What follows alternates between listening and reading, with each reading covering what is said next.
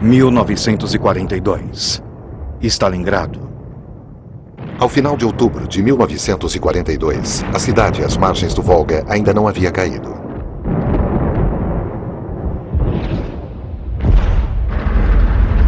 O Führer anuncia ao povo alemão: tomamos Stalingrado. Apenas alguns poucos focos de resistência permanecem.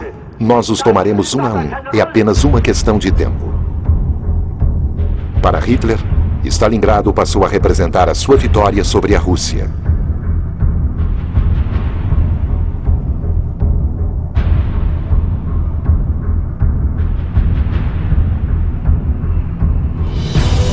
Redescobrindo a Segunda Guerra.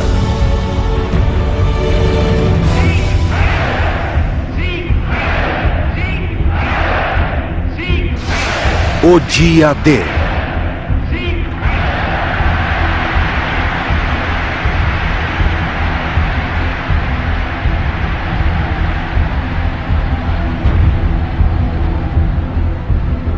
Após 2 anos lutando na União Soviética, os alemães ameaçaram derrotar o Gigante do Leste.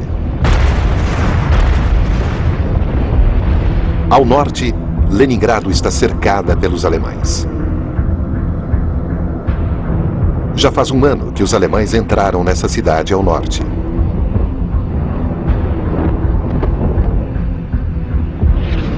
No centro, Moscou, a cidade-alvo, permanece bem ao alcance dos alemães.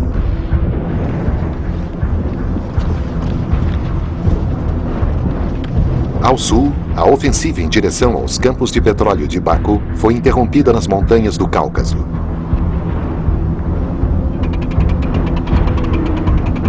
Em Stalingrado, os soviéticos estão mantendo suas posições. Ao contrário das declarações de Hitler, barcos soviéticos continuam a atravessar o Volga, levando reforços. Todos os dias, milhares de jovens russos, às vezes sem qualquer arma ou treinamento militar, desembarcam nas margens do rio.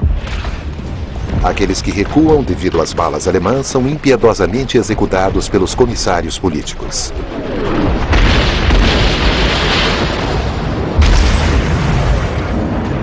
Em 7 de novembro, aniversário da Revolução, os soldados sitiados, defendendo Stalingrado e as tropas soviéticas por todas as frentes, ouvem seu comandante-em-chefe, Stalin, fazer essa declaração espantosa: amanhã haverá comemorações em nossas ruas.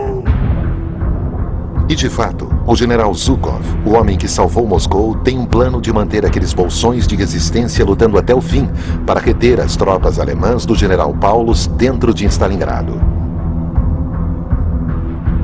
Do outro lado do Volga, Zhukov está secretamente reunindo um exército inteiro. O país fora devastado, 1/4 de seu território perdido. Mas a União Soviética inteira está trabalhando arduamente para fornecer a esse novo exército enormes quantidades de equipamentos. Fábricas que haviam sido transferidas e reconstruídas atrás dos montes Urais estão funcionando 24 horas por dia. Nesse esforço, vidas serão sacrificadas. É o inverno de 1942. As mulheres que trabalham nessas oficinas sem aquecimento, às vezes desumanas, têm frio e fome. Muitas irão morrer de exaustão. Mas a produção industrial dos países aumentará 10 vezes. Os Estados Unidos agora estão fornecendo quantidades imensas de ajuda à União Soviética. Os aliados são capazes de reduzir a ameaça representada pelos submarinos alemães no Atlântico Norte, formando comboios de proteção até os portos soviéticos, como Murmansk. O anticomunismo é colocado de lado. Para os americanos, Joseph Stalin é agora Tio Joe. E para os ingleses, Good Old Joe, ou o bom e velho Joe. Os russos recebem enormes carregamentos de jipes, tanques, aviões e caminhões e latas de carne bovina em conserva. Ao abrirem as latas de metal, os soldados russos brincam: estamos abrindo a segunda frente. Além de Stalin, todos esperam que os aliados façam mais para aliviar sua difícil situação. Egito.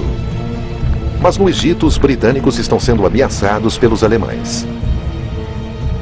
Rommel, que Hitler acabara de promover a marechal de campo após suas vitórias no deserto, e seu exército de tanques, o Afrika Korps, estão chegando perigosamente perto do canal de Suez. Eles chegaram a El Alamein. O Império Britânico está em perigo.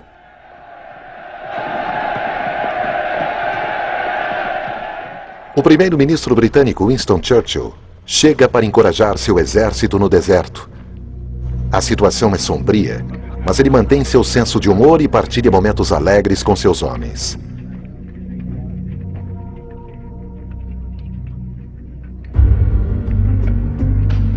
E, no entanto, ele está se recuperando de seu primeiro ataque cardíaco. Ele se encontra com o recém-nomeado General Montgomery. Montgomery não foi a primeira escolha de Churchill. E todos esses soldados no deserto estão um pouco preocupados. Os britânicos, australianos, neozelandeses, sul-africanos e franceses livres. Logo que chegou, Montgomery, filho de um clérigo, ordenou que um novo programa de regras e disciplinas rígidas fosse implementado. Ele é cauteloso. Ele espera até que seu exército seja superior em termos de homens e equipamentos. Os novos tanques americanos Sherman, por exemplo, são construídos para serem velozes e potentes. El Alamein, 23 de outubro de 1942. Montgomery lança sua ofensiva com uma barragem de artilharia preliminar, seguida por um maciço ataque de tanques. Mas os canhões antiaéreos alemães de 88 mm provocam enormes perdas. Os soldados de Rommel contra-atacam impiedosamente.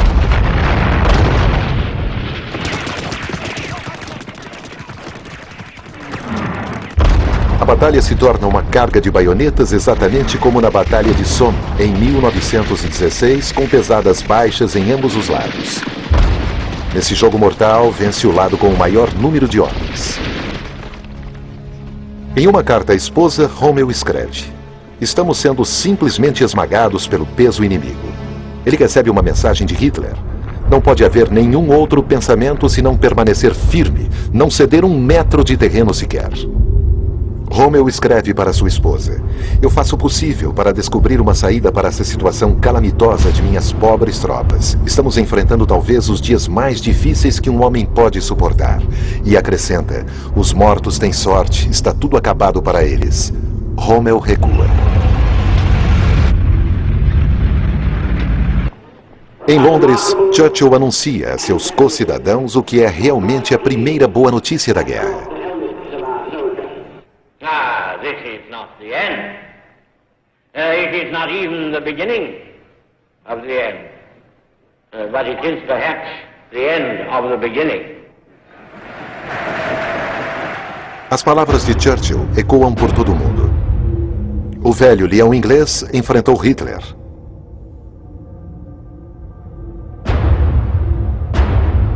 Em seu quartel-general, o covil do lobo, Hitler está desdenhoso. Ele diz: "Isso é apenas um revés. A guerra irá continuar."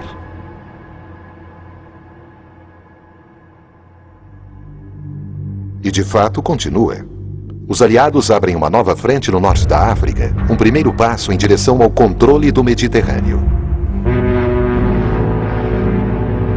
Assim como em 1917 as tropas americanas navegam através do Atlântico.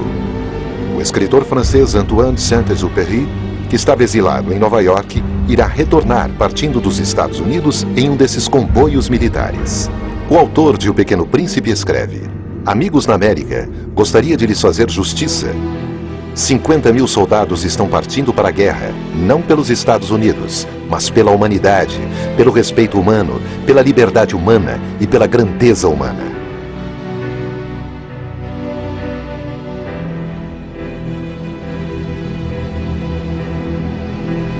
8 de novembro de 1942.